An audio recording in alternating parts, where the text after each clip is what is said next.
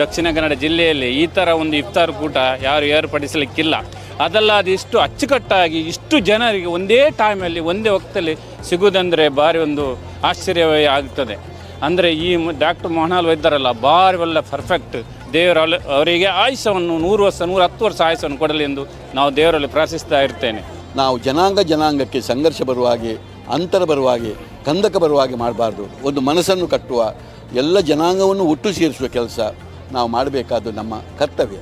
ಆಳ್ವರ ಮೇಲಿನ ಪ್ರೀತಿ, ಅವರಿಟ್ಟಿರುವ ಎಲ್ಲರೊಂದಿಗೆ ಬಾಂಧವ್ಯ, ಮಾನವೀಯತೆ, ಇದು ಇಲ್ಲಿ ಎತ್ತಿ ತೋರಿಸುವಂಥ ಒಂದು ಕಾರ್ಯಕ್ರಮ ಅಂತ ಹೇಳಿದರೆ ಖಂಡಿತ ತಪ್ಪಾಗಲಿಕ್ಕಿಲ್ಲ.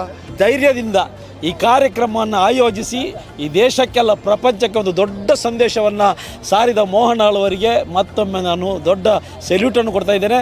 ವೀಕ್ಷಕರೇ, 22ನೇ ವರ್ಷದ ಆಳ್ವಾಸ್ ಇಫ್ತಾರ್ ಕೂಟಕ್ಕೆ ನಾನಿವತ್ತು ಬಂದಿದ್ದೇನೆ. ಈ ಒಂದು ಇಫ್ತಾರ್ ಕೂಟದ ರೂವಾರಿ ಆಗಿರುವಂತಹ doctor M Mohan Alva sir ನಮ್ಮ ಜೊತೆಗಿದ್ದಾರೆ. ಅವರನ್ನು ಮಾತಾಡಿಸುವ.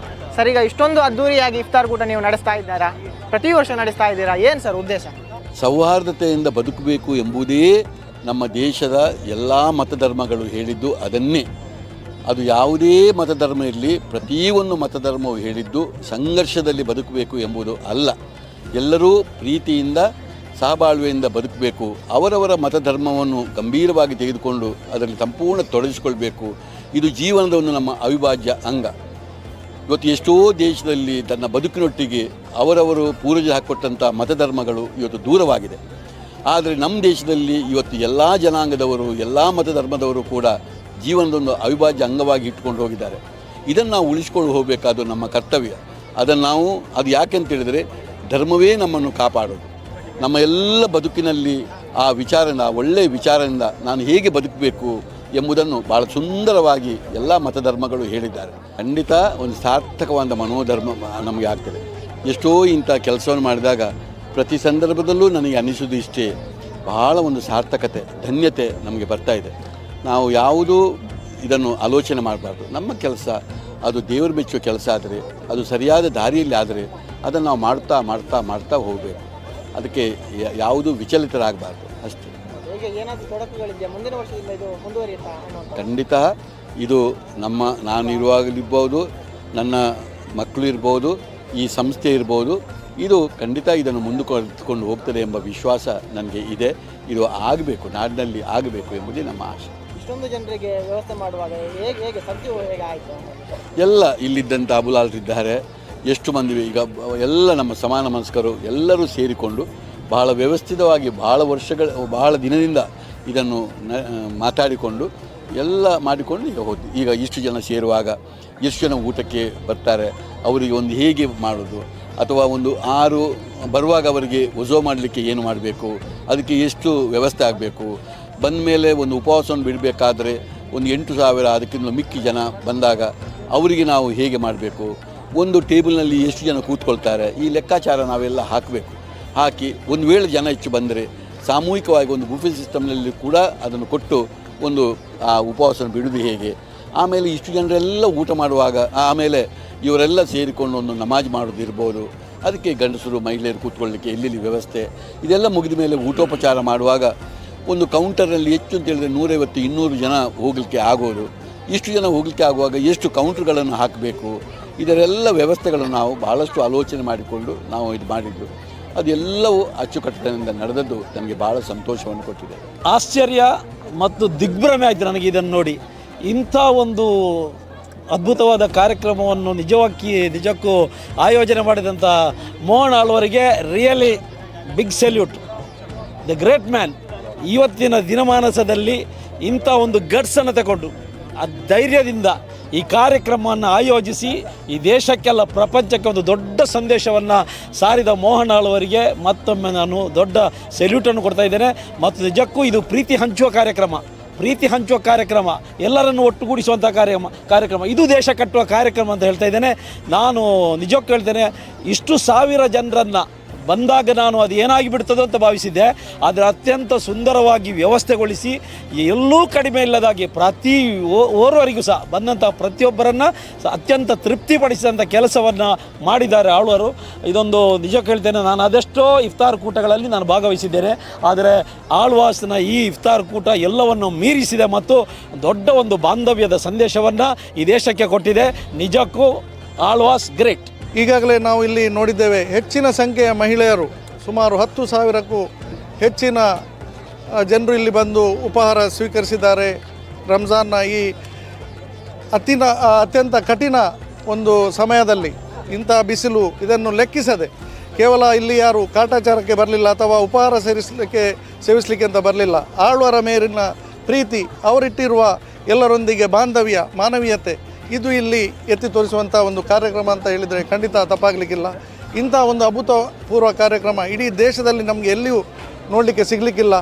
ಅದಲ್ಲದೆ ಅಚ್ಚುಕಟ್ಟಾಗಿ ಯಾವುದೇ ನಮ್ಮ ಶಿಷ್ಟಾಚಾರವನ್ನು ಮೀರದೆ ನಮ್ಮ ವಜು ಆಗಿರ್ಬೋದು, ಅಲ್ಲಿ ಅಜಾನ್ ಆಗಿರ್ಬೋದು, ಇಫ್ತಾರ್ ಆಗಿರ್ಬೋದು, ನಮಾಜ್ ಆಗಿರ್ಬೋದು, ಮಹಿಳೆಯರಿಗೆ ಪ್ರತ್ಯೇಕ ನಮಾಜ್ನ ವ್ಯವಸ್ಥೆ ಇರ್ಬೋದು, ಹಾಗೆ ಊಟಕ್ಕೆ 40 ಕೌಂಟರ್ಗಳನ್ನು ಇಟ್ಟುಕೊಂಡು ಯಾವುದೇ ರಶ್ ಆಗದ ರೀತಿಯಲ್ಲಿ ಮಹಿಳೆಯರಿಗೆ ಬೇರೆ ಬೇರೆ ಕೌಂಟರ್ಗಳನ್ನು ಇಟ್ಟುಕೊಂಡು ಅಷ್ಟು ಒಳ್ಳೆಯ ಒಂದು ವ್ಯವಸ್ಥೆ ಇಲ್ಲಿ ನೋಡಲಿಕ್ಕೆ ಸಾಧ್ಯವಾಯಿತು.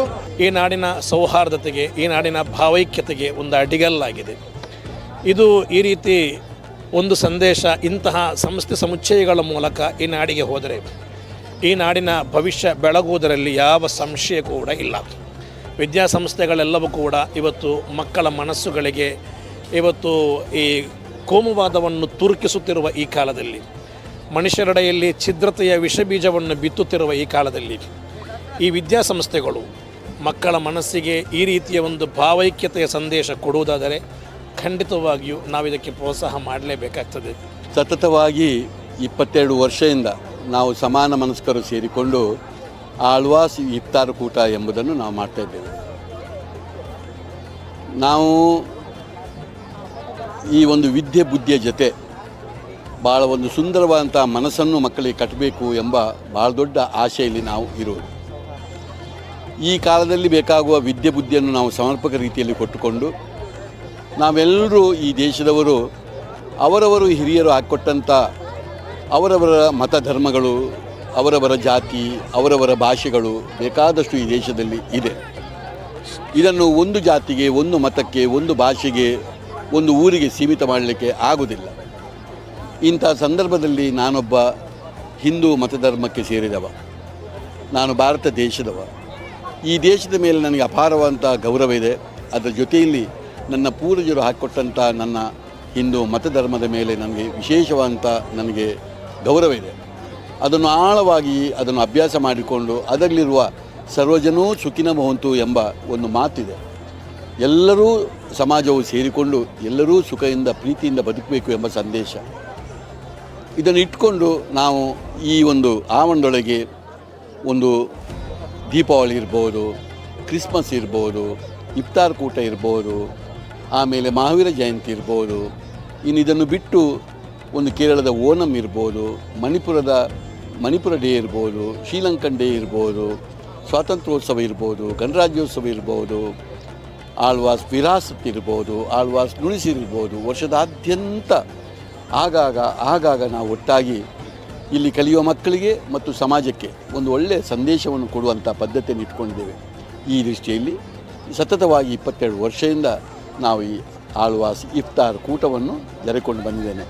ಇವತ್ತು ಕೂಡ ಕೇವಲ ಒಂದು ಕರೆಯ ಮೇಲೆಗೆ ನಾನು ಯಾವುದೇ ಒಂದು ಇನ್ವಿಟೇಷನ್ ಮಾಡದೆ, ಯಾರ ಮನೆಗೂ ಹೋಗಿ ಆ ಇನ್ವಿಟೇಷನ್ ಕೊಡದೆ, ಕೇವಲ ಒಂದು ಕರೆಯಿಂದಾಗಿ, ಒಂದು ಪ್ರೀತಿಯಿಂದ, ಒಂದು ಶ್ರದ್ಧೆಯಿಂದ, ಒಂದು ನಂಬಿಕೆಯಿಂದ, ಒಂದು ವಿಶ್ವಾಸದಿಂದ ಹೇಗೆ ಒಟ್ಟಾಗ್ತಾರೆ ಎಂಬುದನ್ನು ತೋರಿಸುವಂಥ ಇವತ್ತಿನ ಇಫ್ತಾರ್ ಕೂಟ ಒಂದು ಪ್ರೀತಿಯ ಕರೆಗೆ 12,000ಕ್ಕೂ ಮಿಕ್ಕಿದಂಥ ಸಮಾನ ಮನಸ್ಕರು ಬಂದು ಇಲ್ಲಿ ಸೇರುವುದು, ಎಲ್ಲರೂ ಅಚ್ಚುಕಟ್ಟಿನಿಂದ ಇದನ್ನು ನಡೆದು ಎಲ್ಲರೂ ಒಂದು ಪ್ರಸಾದದ ರೂಪದಲ್ಲಿ, ಈ ಕಾಲದಲ್ಲಿ ಊಟ ತಿಂಡಿಗೆ ಏನು ಕೊರತೆ ಇಲ್ಲ, ಆದರೆ ಒಂದು ಪ್ರಸಾದದ ರೂಪದ ಹಾಗೆ, ಒಂದು ದೇವಾಲಯದ ಪ್ರಸಾದ ರೂಪದ ಹಾಗೆ ಅದನ್ನು ಒಂದು ಊಟವನ್ನು ಮಾಡಿಕೊಂಡು ಅವರ ಭಾಳ ಕಟ್ಟುನಿಟ್ಟಾದಂಥ ಉಪವಾಸವನ್ನು ಬಿಡುವಂಥ ಕ್ರಮವನ್ನು, ಮತ್ತು ಅದಕ್ಕಿಂತ ಹಿಂದೆ ಎಲ್ಲ ಸಣ್ಣ ಮಕ್ಕಳಿರ್ಬೋದು, ಒಂದು ಮಹಿಳೆಯರು ಇರ್ಬೋದು, ಅಥವಾ ಎಲ್ಲರೂ ಒಂದು ಹಿರಿಯರಿರ್ಬೋದು, ಪ್ರತಿಯೊಬ್ಬರೂ ಒಂದು ಪ್ರೀತಿಯಿಂದ ಸೇರಿಕೊಂಡು ಆ ಸಂತೋಷದಲ್ಲಿ ಇರುವುದೇ ಒಂದು ಬಹಳ ದೊಡ್ಡ ಇದು ಸಂತೋಷ.